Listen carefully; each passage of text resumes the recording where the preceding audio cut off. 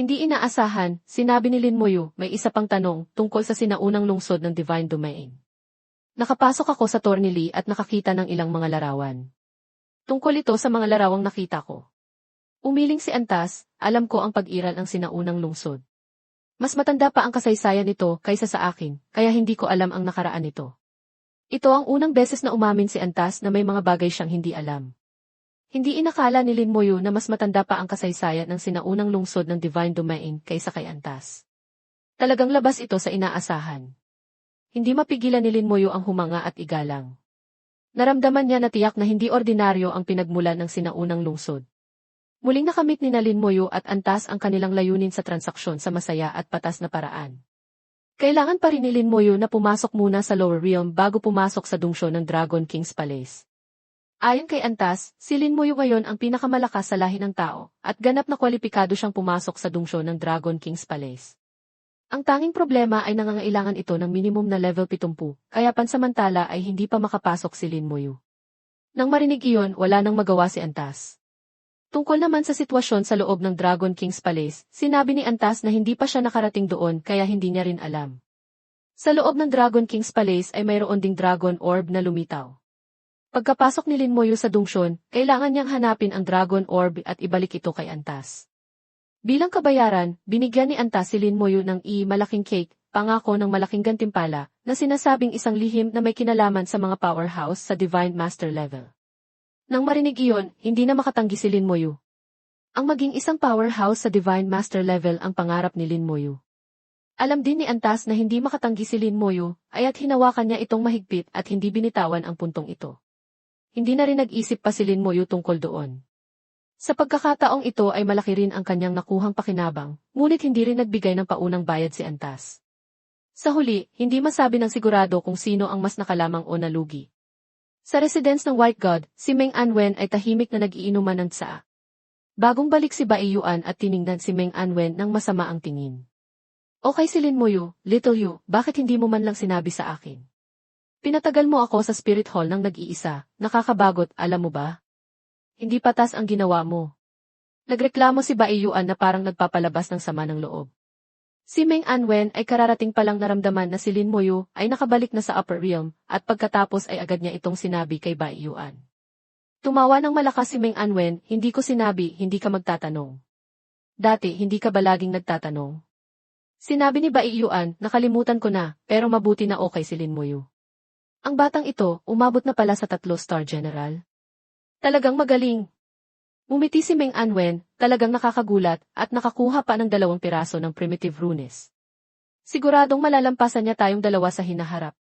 Nagpakita si Bai Yuan ng ekspresyon na ganun na nga, ang layunin ni Lin Moyu ay maging isang Divine Master Powerhouse, mas malakas kaysa sa atin. Nga, talagang mas malakas siya kaysa sa atin. Bahagyang umaligid ang espasyo. Masaya ang mukha ni Bai Yuan. Bumalik na si Lin Moyu. Tumawa rin ng malakas si Meng Anwen, mabilis siyang nakabalik. Narinig ang mga yapak. Lumabas si Lin Moyu. Mga master, nakabalik na po ako. Masaya ang mukha ni Bai Yuan na parang isang mapagmahal na ama. Walang tigil siyang nagtatanong, at ikinuwento naman ni Lin Moyu ang lahat ng nangyari sa Lower Realm. Nakangiting sinabi ni Meng Anwen, ang mga karanasang ito ni Lin Moyu ay maaari ng gawing aklat-aralin. Sinabi ni Bai Yuan, nakarating na kami niya nakakita ng isang higanteng poisonous flow dragon. Sinubukan naming magtulungan upang patayin ito, ngunit hindi namin nagawa. Hindi ko inakala na mamamatay pala ito sa kamay ni Lin Moyu. Kinuha ni Lin Moyu ang mga materyales mula sa poisonous flow dragon. Mga master, halos naubos ko na ang maro, ito na lang ang natitira, pero mayroon pa ring gulugod, at mailamad ng kalamnan, fasa, rin. Nagkatinginan sina Bai Yuan at Meng Anwen at ngumiti. Ganoon kayaman ang mga bagay na iyon, ngunit si Lin Moyu ay walang pag-aalinlangang inilabas ito. Lahat ito ay mga materyales na legendary grade, walang silbi kay Lin Moyu. Pagkatapos ng kaunting pilitan, kinuha ni Meng Anwen ang fascia at kalahating bahagi ng gulugod. Tungkol naman sa maro, hindi na nila ito kailangan ni Bai Yuan.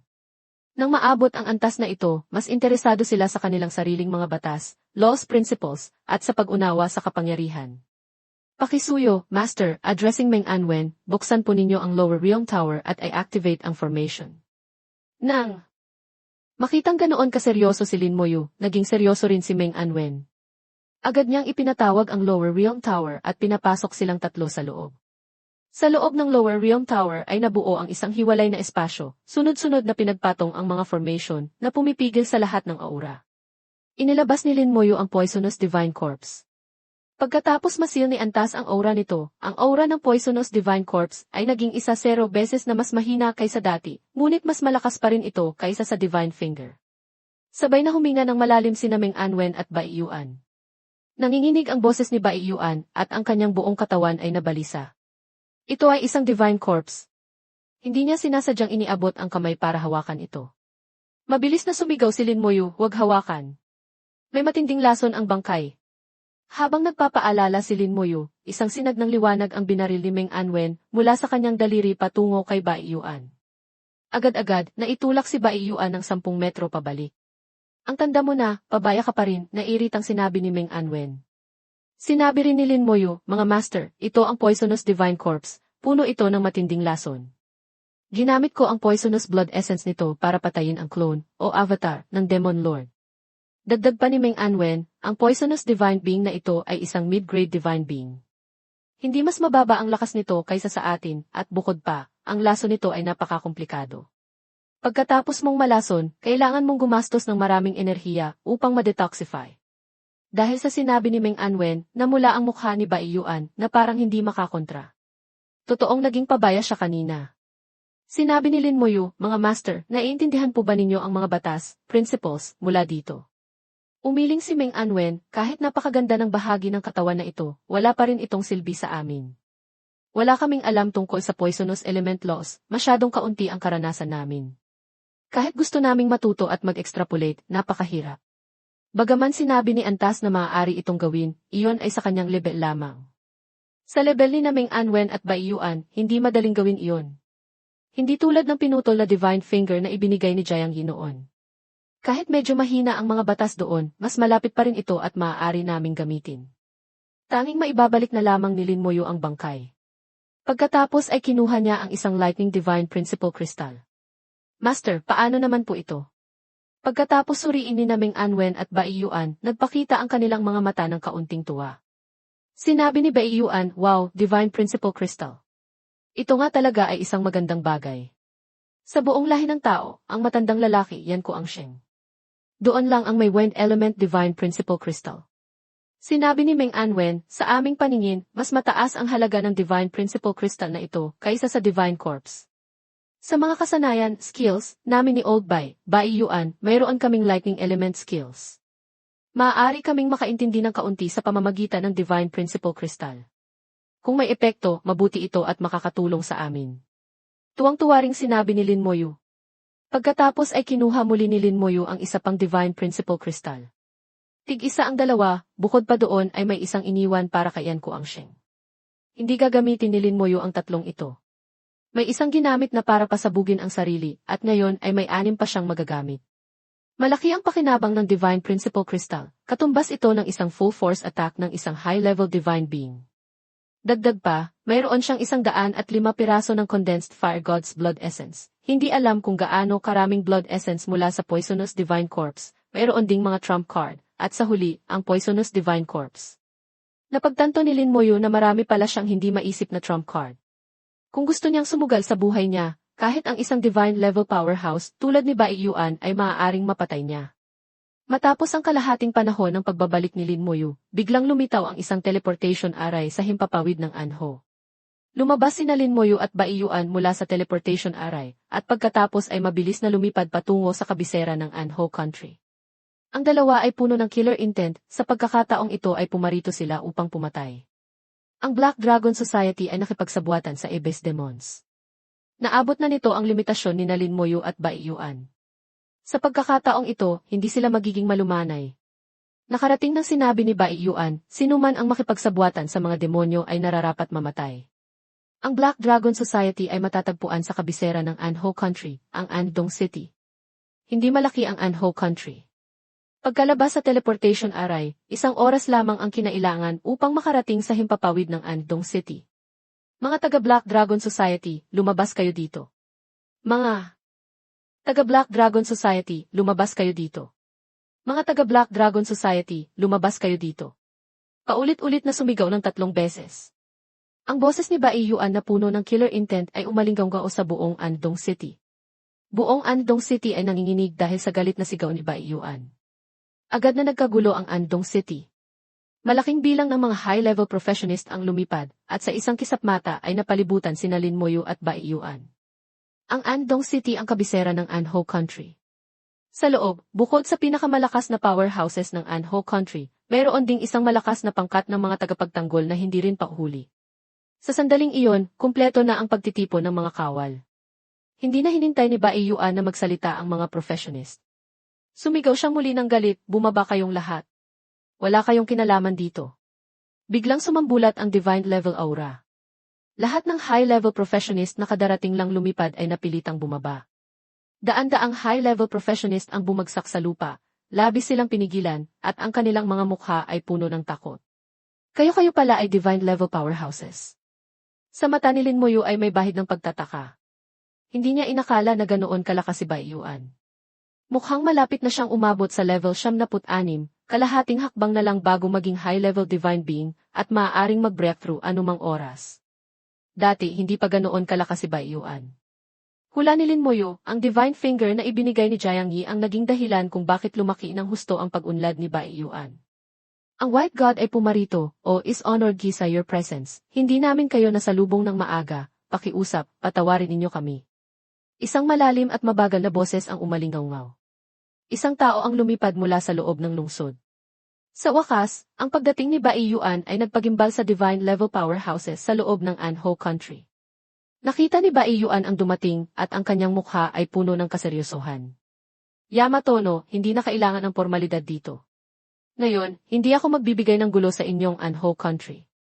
Nang marinig ni Yamato no ang sinabi ni Bai Yuan, nakahinga siya ng maluwag. Basta hindi magbibigay ng gulo sa Anho Country, ayos na.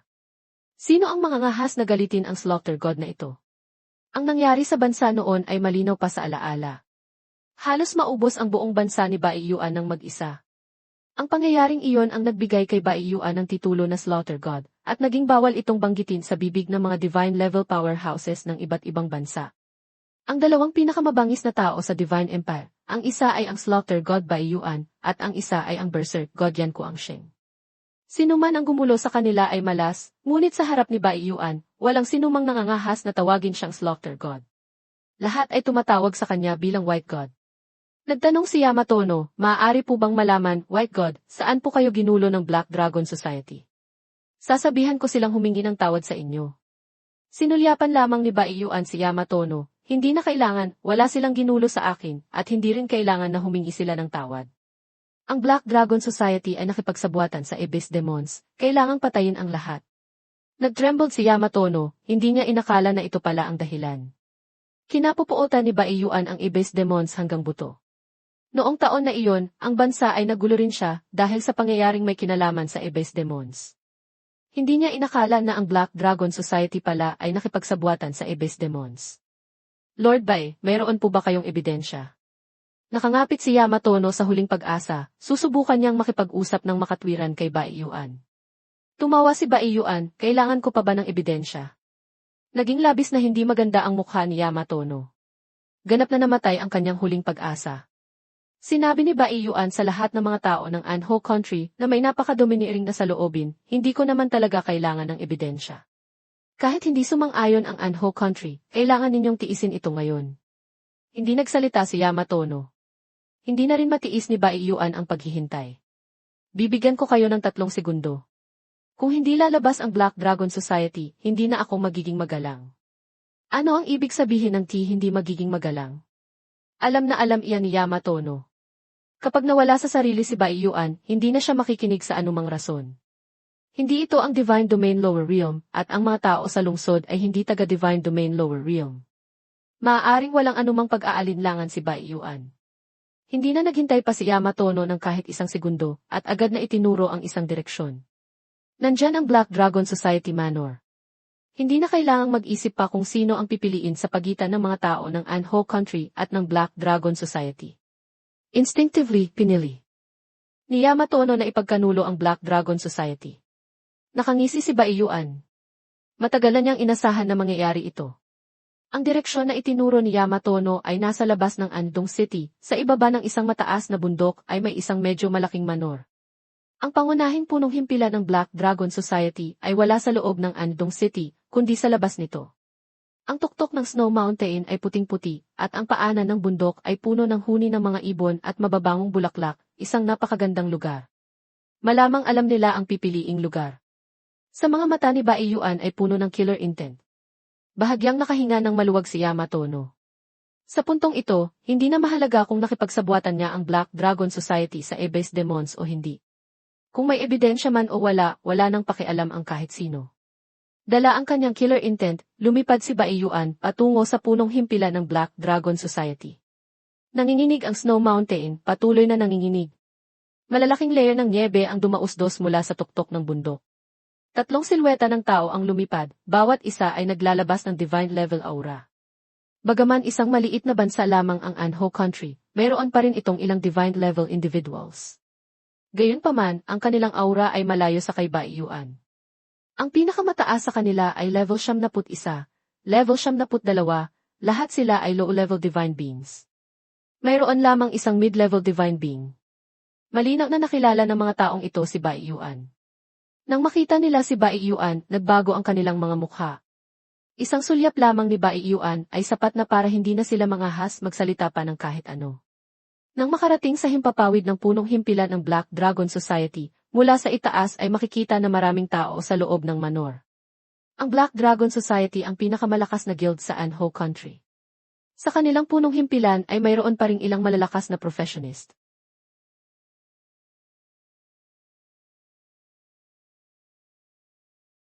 Sa loob nito ay mayroong higit sa 20 nangungunang professionist na ang level ay lampas 80.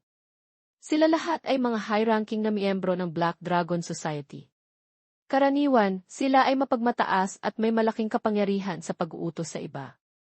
Ngayon, dahil sa malakas na aura na bumabalot sa kanila ni Baiyuan, naging tahimik silang lahat na parang mga tahong. Lumabas ka rito agad. Tinanaw ni Baiyuan ang isang silid sa loob ng Black Dragon Society Manor. Sa loob ng silid na ito ay punong-puno ng divine level aura. Ang Guildmaster ng Black Dragon Society, si Li, ay nasa loob.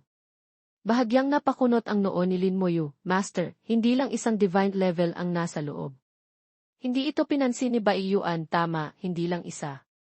Umaligaw-ngaw ang isang ngising puno ng masamang hangarin at bumukas ang pinto ng silid. Lumabas ang dalawang tao na magkatabi. Silang dalawa ay divine level powerhouses, at magkamukhang magkamukha ang kanilang mga mukha.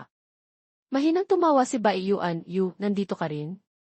Si Yu at Li ay kambal na magkapatid. Ang kanilang mukha, tangkad, anyo, maging ang kanilang ugali ay magkapareho, napakahirap ipagkaiba. Tiningnan ni Yu si Baiyuan, ang kanyang mga mata ay napakalamig, hindi kagaya ng mga mata ng tao. Patuloy na tumawa si Yu, nagpakita ng kanyang mga pangil, Baiyuan, hindi mo inasahan na muli tayong magkikita, hindi ba? Nagulat si Lin Moyu. Hindi tama, hindi siya tao. Mahina siyang nagsalita kay Baiyuan, Master, may problema sa lalaking ito. Umuwal si Baiyuan, nga, may problema. Patay na ang lalaking ito, ngayon ay naging Shikigami na siya ni Li. Mukhang nagpakita ako ng kahinaan noon, hindi ko siya napatay ng tuluyan. Sa wakas ay naintindihan ni Lin Moyu. Noong taong iyon, pinatay ni Baiyuan si Yu, ngunit hindi nga alang ng tuluyan. Ginawa ni Yu ang kanyang kapatid, si Li, bilang kanyang Shikigami. Correction, the text says Lei is the twin brother, and Yu is the one killed and turned into Shikigami. Let's rephrase, sa wakas ay naintindihan ni Lin Moyu. Noong taong iyon, nang pinatay ni Baiyuan si Yu, hindi niya pala napatay ng tuluyan. Ginawa ni Li ang kanyang kapatid, si Yu, bilang kanyang Shikigami. Pagkatapos maging Shikigami, hindi na siya tao, kundi naging nilalang na kalahating tao, kalahating kaluluwa. Ang Yin-Yang Master ay may isang skill, kaya niyang gawing Shikigami ang kaluluwa ng isang bagong namatay na tao. Sa ganitong paraan ay makokontrol niya ang kalaban habang buhay. Hindi kakaunting Yin-Yang Master ang gumagamit ng paraang ito para harapin ang kanilang mga kaaway, labis itong malupit. Karaniwan, pagkatapos maging Shikigami ay hindi na nila napapanatili ang alaala at kaisipan noong nabubuhay pa sila. Ngunit hindi si Yu. Si Yu ay napanatili pa rin ang alaala at pagkamuhi noong nabubuhay pa siya. Gusto niya sanang laslasin ng buhay ang laman ni Bai Yuan. Malamig na tumawa si Yu at sinabi, ang galit sa pagpatay noong taong iyon, hinding-hindi ko kailanman malilimutan habang buhay. Ngayon, babawi ako ng 10 beses. Malakas na tumawa si Bai Yuan, naging Shikigami ka, nasira rin ba ang utak mo? Umaasa ka lang sa iyong sarili. Hindi na nagsalita pa si Yu, patuloy lang siyang tumatawa ng malamig. Sa tabi niya, ang Guildmaster ng Black Dragon Society, si Li, ay nagsalita ng malalim ang boses, ikaw ang pinakabatang general sa Divine Empire, Lin Moyu, tama ba? Si Lin Moyu ngayon ay isang malaking personalidad, napakalaki ng kanyang katanyagan, kakaunti ang hindi nakakakilala sa kanya. Nagpatuloy si Li, nagbigay ang anak kong si Yoshino ng ilang impormasyon bago siya mamatay. Ikaw ang nakapatay sa kanya, hindi ba? Kaya mong sirain ang kaluluwa ng aking anak. General Lin, talagang may kakayahan ka. Si Yoshino ay anak ni Li. Papunta pa lang sila doon, sinabi na ni Bai Yuan kay Lin Moyu na batay kay Yoshino, marahil ay hindi siya sapat na may kakayahan para makipagsabuatan sa Ebais Demons. Kung hindi si Li ang pumayag, hindi siya mangangahas na patayin si Lam Litsani. Siyempre, hindi makakatakas ang Black Dragon Society sa koneksyon, at malinaw na hindi rin makakatakas si Li sa koneksyon. Sinabi ni Li sa mababang boses, pinatay mo ang aking anak, at gusto mo pang wasakin ang aking Black Dragon Society. Bai Yuan, labis ka ng sobra. Napakababa ng kanyang boses, parang kinakausap ang sarili, kung ganoon, huwag mong sisihin kung hindi ako magiging magalang. Mahal na White God, marahil maaari kang umalis ngayon. Ngunit ang General Lin, manatili ka. Pagkasabi niyan, agad siyang yumapak sa lupa. Agad-agad, nagliwanag ang buong manor, lumitaw ang isang barrier sa paligid ng manor na nilamon ang buong manor. Mahinang bumulong si Bai Yuan, talagang nakipagsabuatan sila sa Ebais Demons. Sa paggamit pa lang ng barrier ay maaari na silang hatulan. Talagang nakipagsabuatan ang Black Dragon Society sa Ebais Demons. Tama nga ang pagpunta nila rito. Ang Ebais Demons ay gumagamit ng barrier, ang Dragon Race ay gumagamit ng formation, at ang lahi ng tao ay pinagsama ang lakas ng dalawa, sa huli ay nalikha ang professionist na formation master. Nang lumitaw ang barrier, isang Shikigami ang lumitaw sa likod ni Li. Bilang isang divine level yin-yang master, maaari siyang magkaroon ng maraming Shikigami. Mayroon siyang kabuuang 8 Shikigami, at ang kanyang kapatid na si Yu ay isa sa kanila. Nang makita ang natitirang mga Shikigami, biglang niliitan ni Lin Moyu ang kanyang mga mata. Demon Lord, malinaw na tinig ang narinig. Tama, Demon Lord. Sa 8 Shikigami niya, bukod kay Yu, mayroon ding 2 Ebais Demon Lords. Mahinang sinabi ni Bai Yuan, ang pagkakaroon ng Demon Lord bilang Shikigami, ito ang kauna-unahang beses. Mukhang napakalapit ng relasyon mo sa Ebais Demons, kaya't kahit ang isang bagong patay na Demon Lord ay maibibigay sa iyo. Siyempre, hindi maniniwala si Bai Yuan na si Li mismo ang nakapatay sa Demon Lords at ginawa silang Shikigami. Bukod pa dito, ang mga Shikigami ng 2 Demon Lords ay parang peking-peke. Malamang ay mga Demon Lord na nagpeke ng pagkamatay at ibinigay kay Li. Hindi nagpaliwanag si Li, yumukod lamang siya kay Bai Yuan at Lin Moyu sa paraan na tanging sa Anho Country lamang ginagawa. Level 73 yin-yang master. Li, hahayaan ko kayong 2 na umalis, o sasabayan ko kayong 2 palabas. Level 73 mid-grade divine being, 8 Shikigami na umabot sa divine level. Ang lakas ni Li ay higit sa inaasahan. Sinimulan na ni Li ang pag-atake. 8 divine level Shikigami ang sabay-sabay sumugod kay Bai Yuan.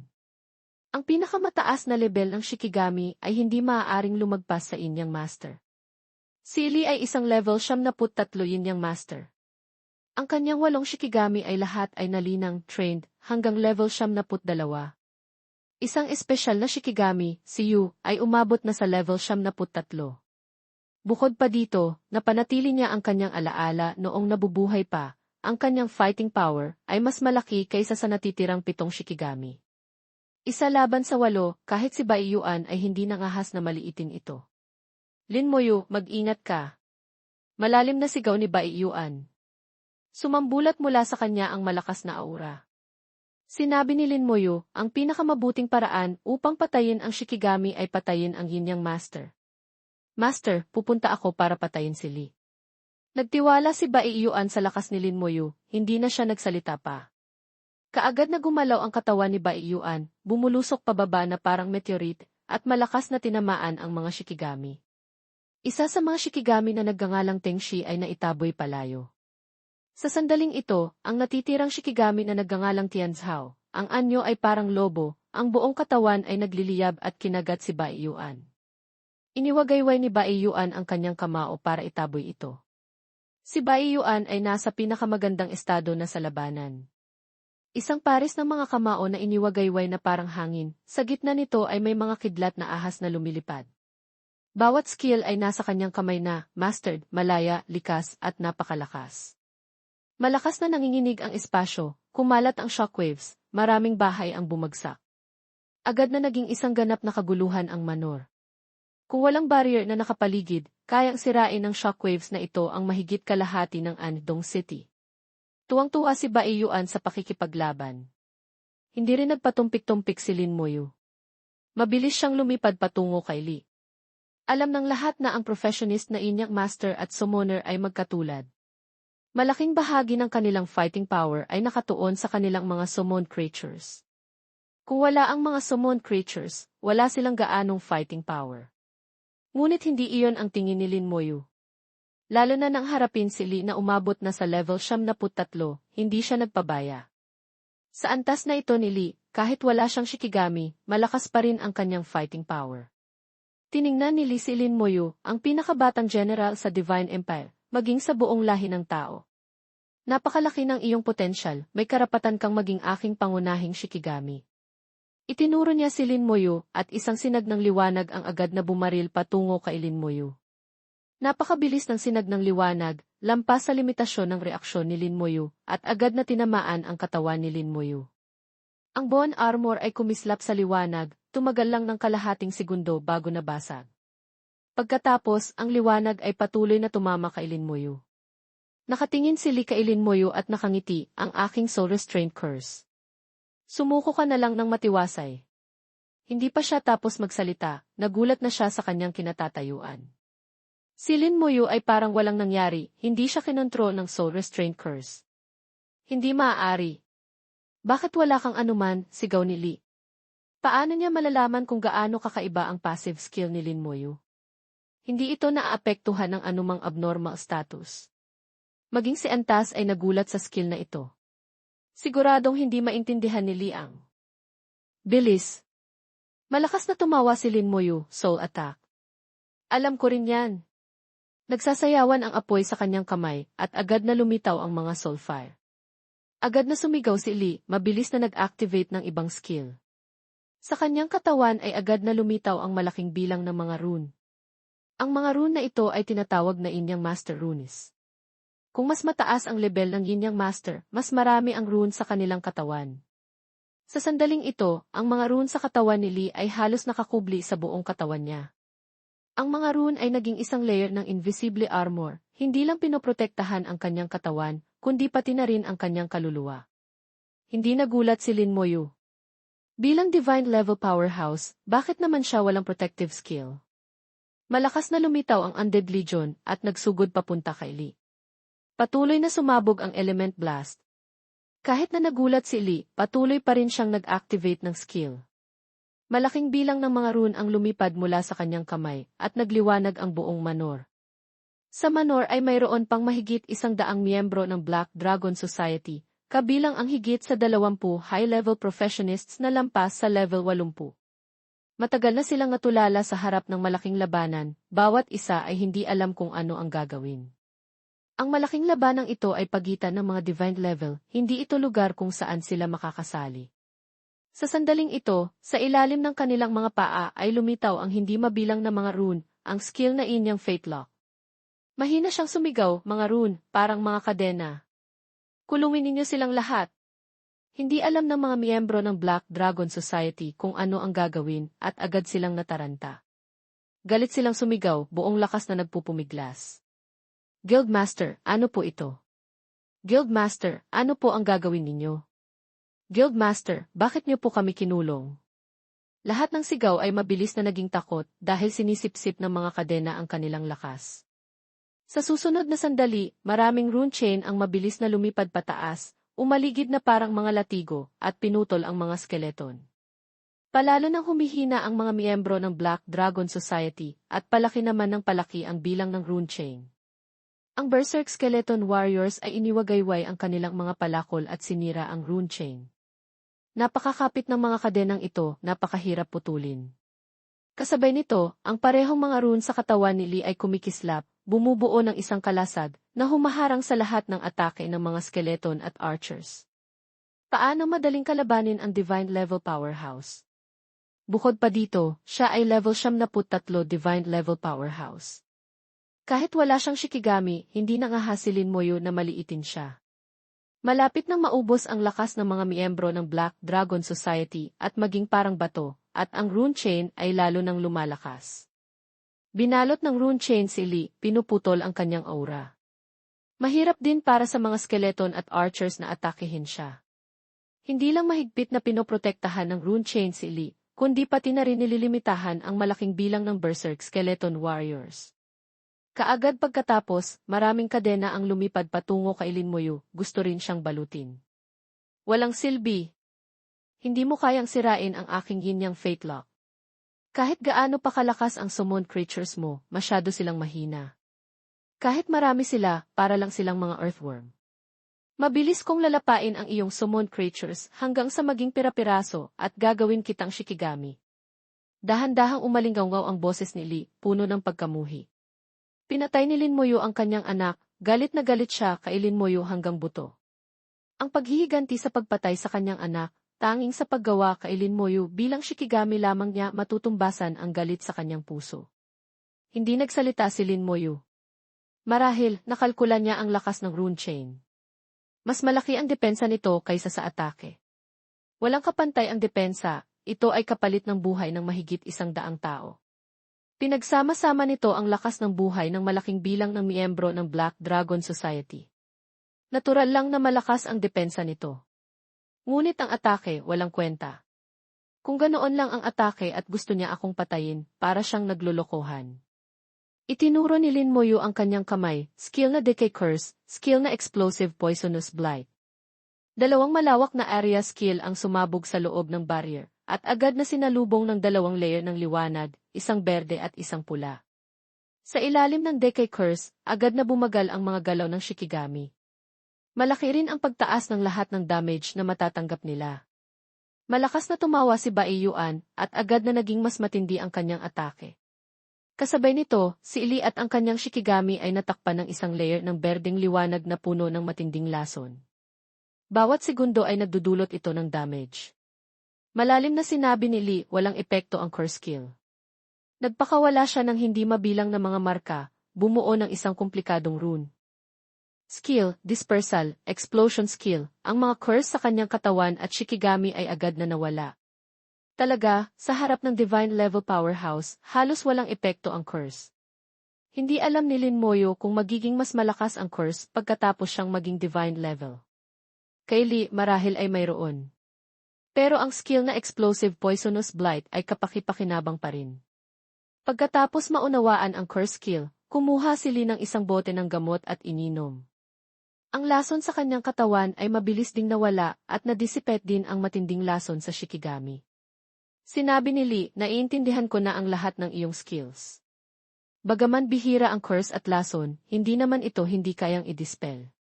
Walang silbi yan, sumuko ka na lang ng matiwasay. Ngumiti si Lin Moyu. Naging target na pala ako. Masyadong malaki ang aking pangalan at naunawaan na ng iba ang aking mga skills. Normal lang na maging target ako. Ngunit hindi lahat ng iba ay alam ang lahat ng aking skills. Halimbawa, nang lumitaw ang Witch Elemental Spirit, sa ilalim ng mga paa ng mga skeleton ay agad na lumitaw ang mga halo ng liwanag. Bagong alis lang ang lason, bumalik ito at mas malakas pa. Sa langit ay may kidlat at kulog, bawat kidlat ay tumatama ng diretsyo sa ulo, sunod-sunod na bumabagsak kay Lee at sa Shikigami. Muling natulala si Lee. Anong skill naman ito? Bakit hindi niya ito alam? Ang rune chain ay tila natatakot sa kidlat. Sa ilalim ng atake ng kidlat, mabilis itong naputol. Malamig na tumawa si Lee sa harap ng isang yinyang master, nangangahas ka pang gumamit ng kidlat. Gusto mong mamatay? Mabilis na gumawa si Lee ng hindi mabilang na mga marka, bawat rune ay lumipad pataas, nagsumo ng isang tuta.